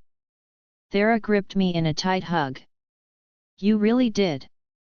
I am proud to officially call you my Luna. Ben smiled. Me too. Luke agreed. I grinned at all of them. Thank you, you guys. I'm proud to be your Luna too. Come on. I'm starving. Thera took my hand, pulling me with her to the dining area. I took the seat she indicated, she sitting next to me. We chatted until the boys joined us, Dimitri setting a plate full of food in front of me. Thank you. I told him. He gave me a gorgeous smile, taking my hand on the table. I was in too good a mood to analyze his actions, so I simply accepted it and chatted with his sister as I ate. Laughter and excitement could be heard from every direction, the pack as happy as I'd ever seen them. Some time later, Luke left us to find his mate and Ben went with him. Thera claimed to be tired, and took her leave as well. Which left me sitting alone with my mate, still holding hands. I decided it was the perfect time to try. Dimitri. I sent out a hesitant mind link, giggling when he jumped a little before looking at me. That's going to take some getting used to. He smiled softly. Hearing his voice in my mind, it was so different. I loved it. I like it. Me too. And there's someone who wants to say hi. I raised an eyebrow. Hello, mate. A voice that didn't belong to Dimitri floated into my head. Ajax. Yes. It's nice to finally be able to contact you. I furrowed my brows. You couldn't before. I simply assumed he'd never tried, not that he couldn't. No, though I do not know why. I was able to talk to Dimitri, but I could not reach you, even in wolf form. Perhaps it is because you are a mother wolf. Hey. Weird. Well, it's nice to finally meet you. And you. I want to thank you, Lily, for showing us kindness. Even when my human did not quite deserve it. You are truly a perfect mate. I blushed. I see why Aya is so enamored with you. Shame that Dimitri did not get your manners. He is trying. I will give him back control now. By Ajax. I watched as Dimitri's eyes clear and he sighed. Everyone likes him more than me. He grumbled. I laughed. He is quite charming. He rolled his eyes. I like you too, you know. I told him shyly. Really? Really? I squeezed his hand on mine. You're not as much of a monster as I thought you were. I said slowly. His face softened. Thank you. His tone said my words meant a lot to him. We made small talk, laughing here and there, and it felt so nice. A few pack members came to congratulate me, telling me how happy they were to have me as Luna. I accepted everyone graciously, feeling every bit the Luna I now was. I have something for you. Dimitri told me an hour later. The celebration was still in full swing. These people knew how to have a good time, obviously. For me. He nodded. It's in our room. We can wait a while if you want to stay longer though. I hadn't missed the way he'd said our room. Thinking about it, my curiosity got the better of me. We can go. Pulling me to my feet, we said a fond farewell, assuring everyone they were welcome to stay as they liked. We walked together back to the house, him still refusing to release my hand. Did you have fun? He asked. I nodded. It was incredible. When we got upstairs, I got confused as he led me past his door. I thought you said. I did. Just wait. We walked past his office, turning the corner. I'd always assumed this way led to more bedrooms, but the hallway came to a sudden stop in front of just one door. I looked at him questioningly. This is the Alpha and Luna's suite. I've never used it, you weren't here yet. It can be our new room, if you want. You want me to move in with you, officially? Yes.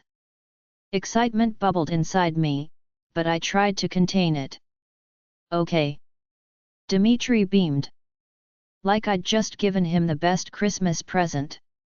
His behavior today was so unusual, I'd never seen him smile this much. But I liked it, hoping it would last. Close your eyes. I gave him a look. Trust me. I did as he asked, hearing the door open. He came to stand behind me, guiding me forward. The door closed behind us. Different smells drifted around the room. Rose. Lilies, and was that smoke? Angling me slightly to the right, he leant down to my ear. Okay. I slowly opened my eyes, gasping as I took in the room. The first thing I saw was the huge bed, as big as the one in his room. It had a soft-looking gold comforter with white pillows laced with gold trim. Two wooden night tables sat on either side of the bed, both with huge white vases filled with roses and lilies. I saw a double door that I assumed was the closet. An open kitchen was placed to the left of that, a small dining table and chairs seated close by. That was also adorned by flowers. There was an old-fashioned stone fireplace opposite the bed, a giant plush rug on the floor in front of it.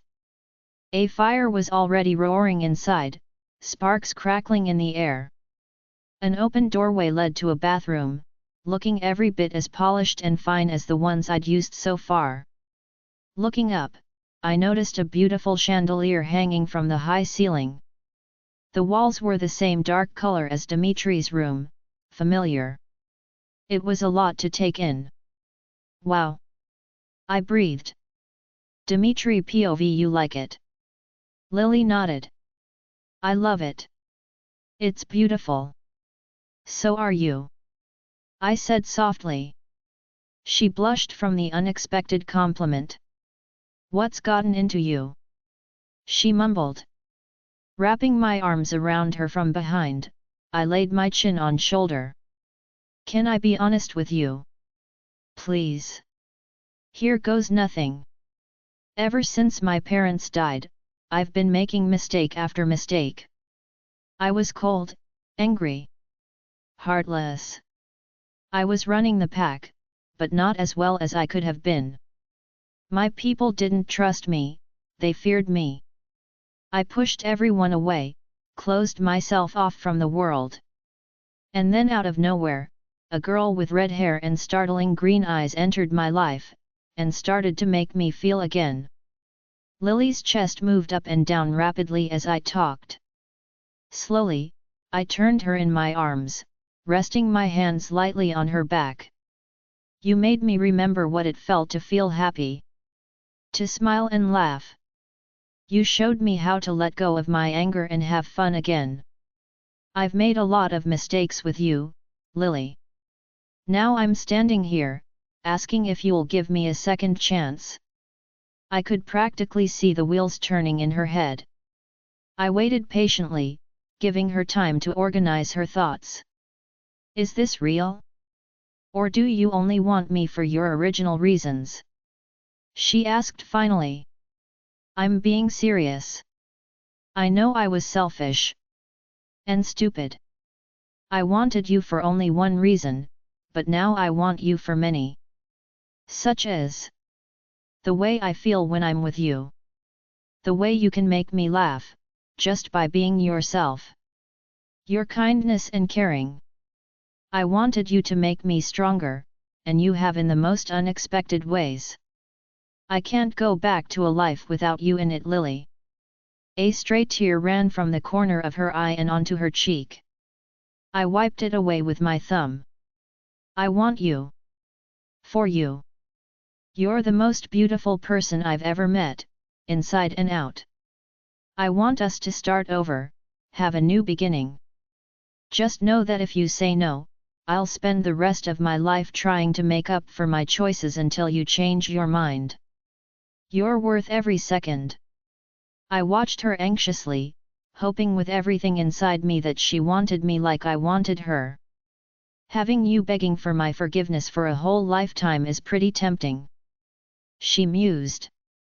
But being happy with you, as mates, sounds even better. My heart cracked, pouring out so much happiness I thought I'd faint. Placing my hands on her cheeks, I brought my lips down on hers, kissing her with everything I had. Sparks shot through me at the contact, stronger than I'd ever felt before. Lily's arms went around my neck, pulling me closer. It was far too long overdue, but she was so worth the wait.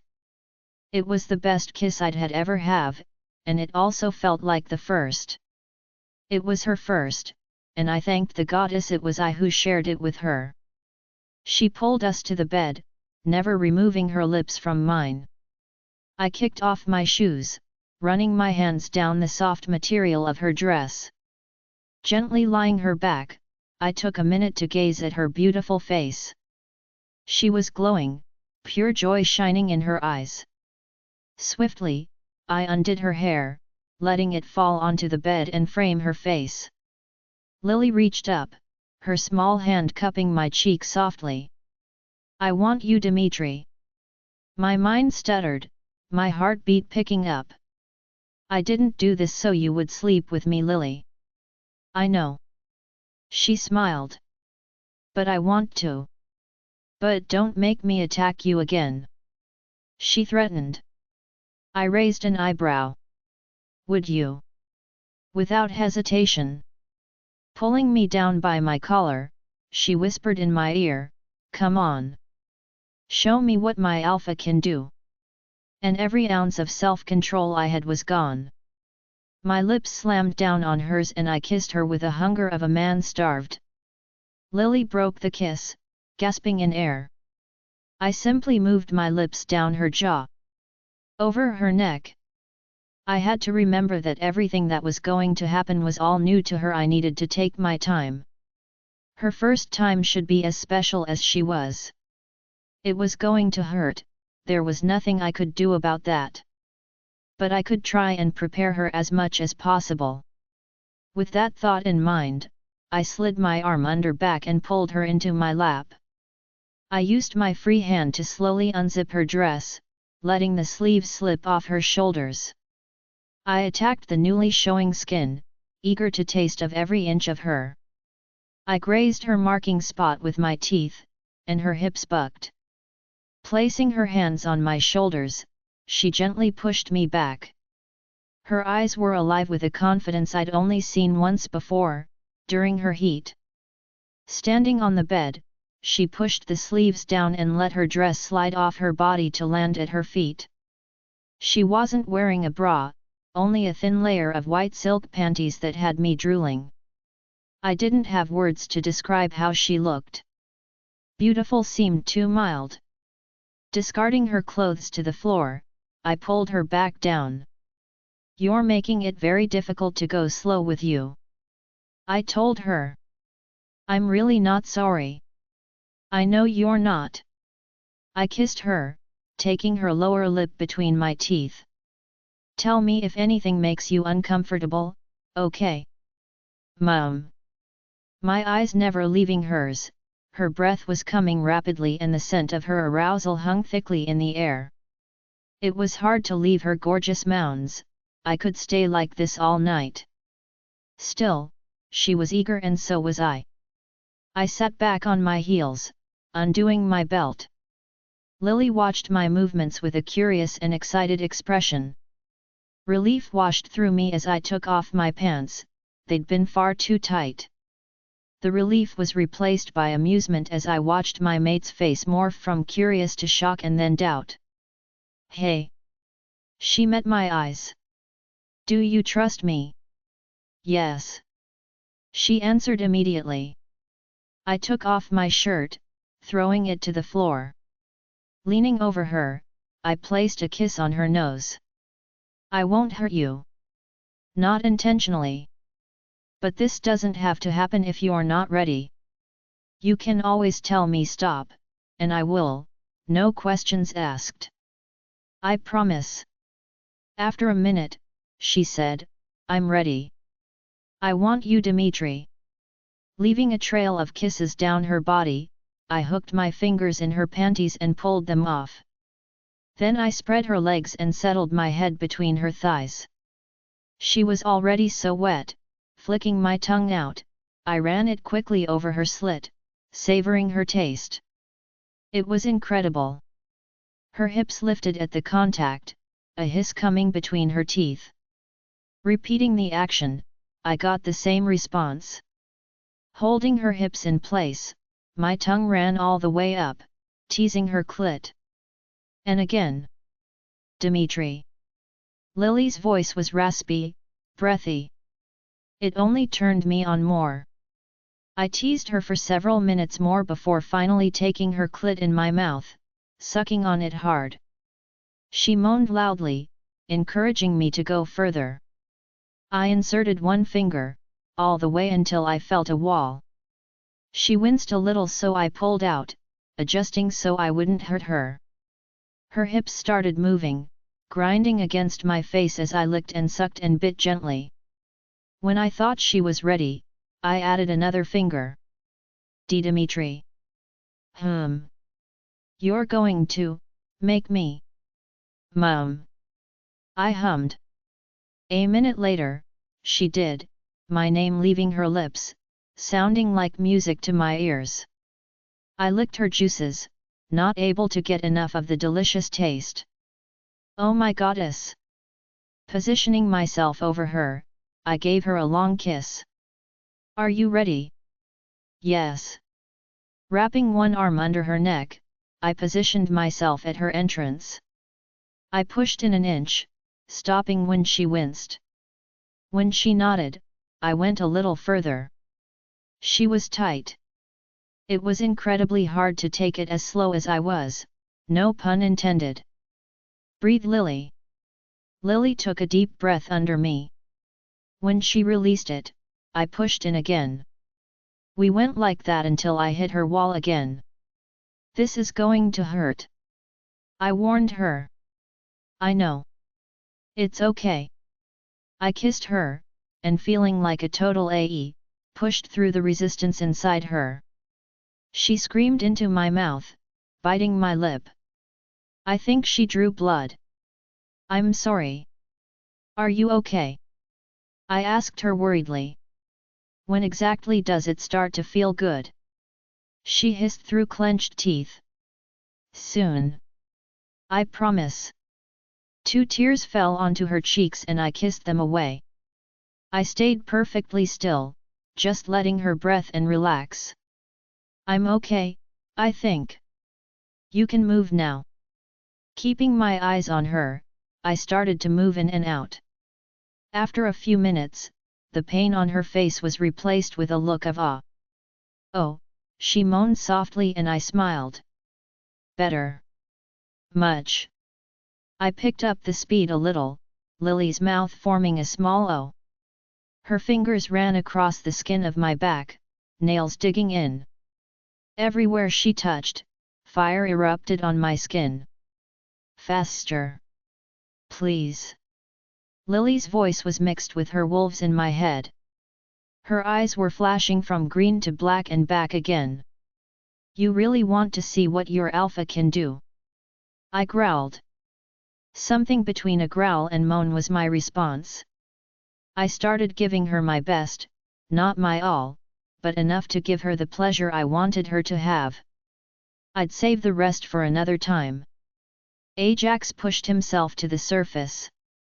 I knew what he wanted, I did too. Tilting her chin away from me, I exposed her neck. My canines extended, my wolf ready to take over and complete our mating. Mine. Ajax's voice came from my mouth before my teeth sunk into neck. I felt Lily bite me almost instantly after. I couldn't describe what happened next, not in a million years. The closest I could come to was saying I felt something like our souls coming together, intertwining. At the same time, I felt my mate clench around me, almost painfully tightly. With one powerful thrust, I experienced the best of my entire life. Together we released each other and fell to the bed exhausted. Ben's POV: I left Luke with Miguel, making an excuse about needing to shower. Okay, it wasn't really an excuse, I did need one. Pack members were actively avoiding me, telling me all I needed to know about my stench. I just really wanted to get back to the pack house. I'd left the witch, Clara, in my room with a short promise to return as soon as possible. She wasn't like anything I'd been expecting. I'd found her in the southern region of our state, guided by the humans' rumors of a witch who lived in the forest. I'd been prepared for an old hag-like woman that I'd have to fight tooth and nail to convince to come with me. Not a beautiful blonde with shimmering brown eyes and her 4-year-old daughter. And certainly not a mate. At first, I'd thought it was some magic she'd spelled me with. I couldn't be mated to a witch, that just didn't happen. But she was as shocked as I was, breaking down on the porch and cursing to any deity that came to mind. I told her to reject me, earning myself a slap. Apparently witches couldn't reject their other halves without giving up their magic. Who knew? And who knew that witches had mates to begin with? And how was I supposed to explain this to Dimitri and the others? Sighing, I entered my room. It's about time. What took you so long? Clara stood, crossing her arms. I couldn't just leave. That would have looked weird. Isabel fell asleep hours ago. I had nowhere else to put her. She pointed to my bed where her daughter was curled up, hugging my pillow. I'm sorry, okay? You can stay here for tonight. I'll find somewhere else. Just let me grab some clothes. Where are you going to go? I shrugged. I don't know. I'll find an empty room or something. Yeah. Right. She rolled her eyes. What's that supposed to mean? Nothing. Just go.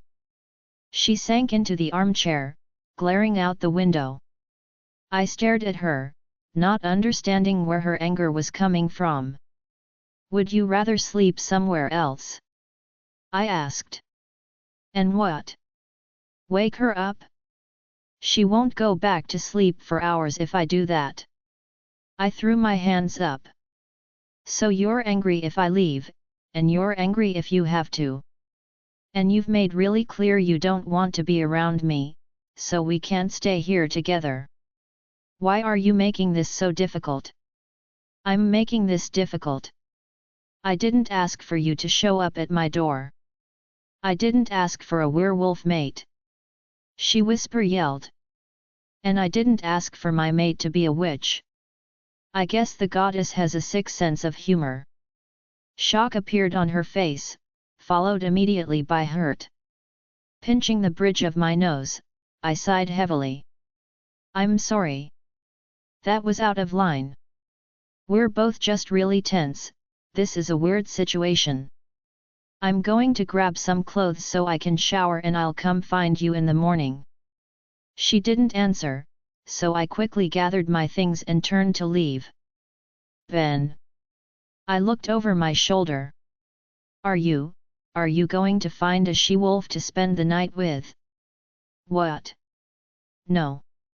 I'm going to find a room to shower and sleep. By myself. Okay. Fine.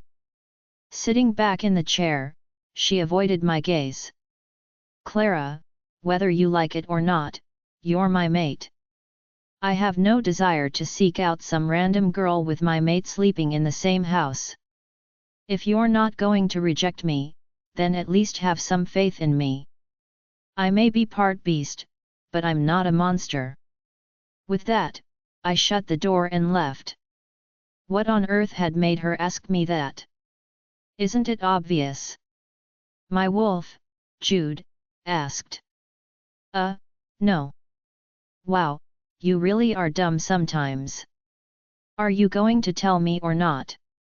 I was, but now I want to see if you can figure it out yourself. I hate you. I did find an empty room, thankfully. Dumping my clothes on the bed, I stripped out of my dirty ones and threw them in the corner. Jumping in the shower, I let days of dirt and sweat run off me. I felt 1,000,000 times already.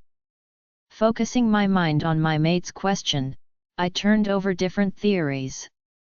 Was she worried about losing her magic? Would that happen if I slept with someone else? Not that it mattered, because I wouldn't. Or was she just worried about Isabel? Did she think I was the type to parade different women around in front of her and her daughter? Oh my goddess, you! She's been cheated on! Jude yelled at me. Hey! No woman asks that out of the blue unless it's happened before. How do you not know this? How do you know this? Because I'm not stupid. I humphed at him. But I would never do that. I know that. But whoever hurt her really took a toll. My guess would be it was Isabel's dad. It made sense, looking at it from his perspective. Okay, Mr. Expert on Women. What do I do? Nothing you can do, bud. Except give her time and show her you're not that type of guy. She'll come around. Really? All you've got is she'll come around. Yes. And maybe work the kid in our favor too. You want me to use my mate's kid to manipulate her into liking us? I scoffed. He was unbelievable. It's not manipulation. Clara is our mate, so Isabel is our pup. And she already likes you. That just seems wrong, dude. If Clara came to us right now and accepted us, would we or would we not accept Isabel too? Okay, yeah. I see your point.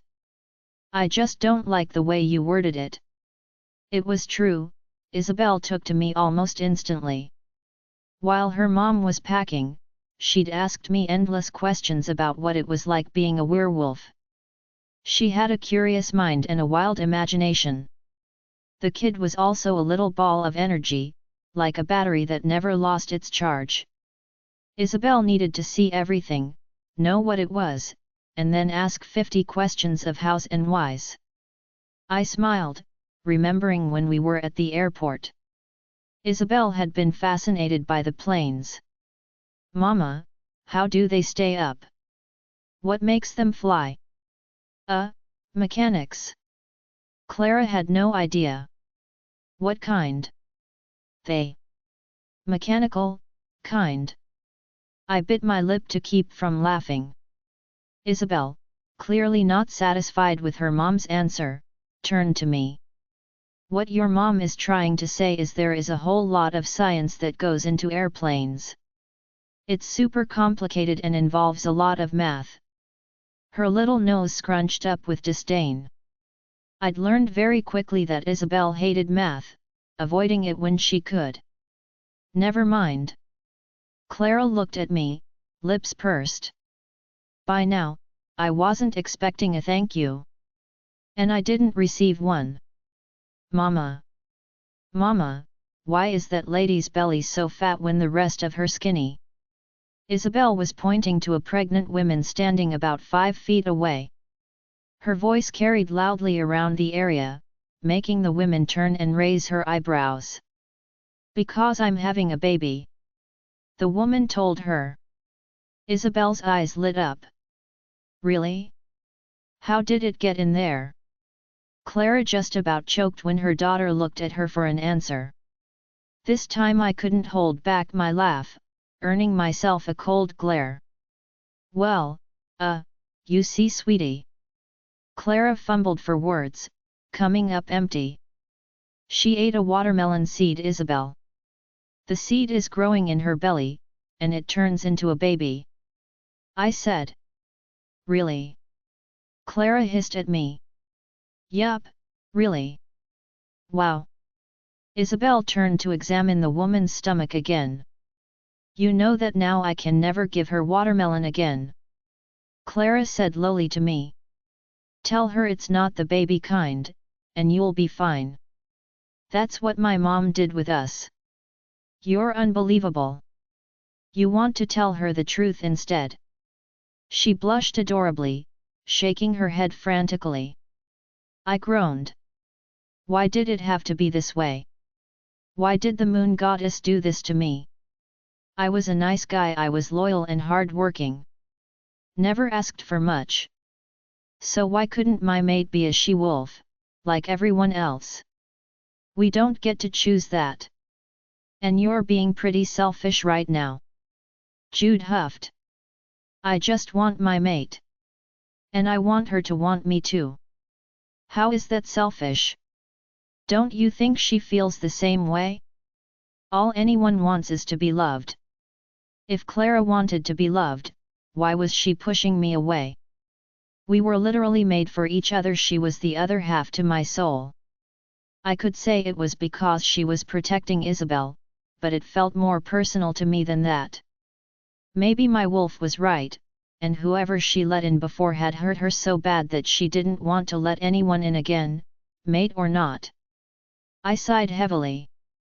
Why couldn't anything just ever be easy? The rest of the audiobooks will be uploaded in the next episode. Join us on Patreon to listen to more unlimited audiobooks.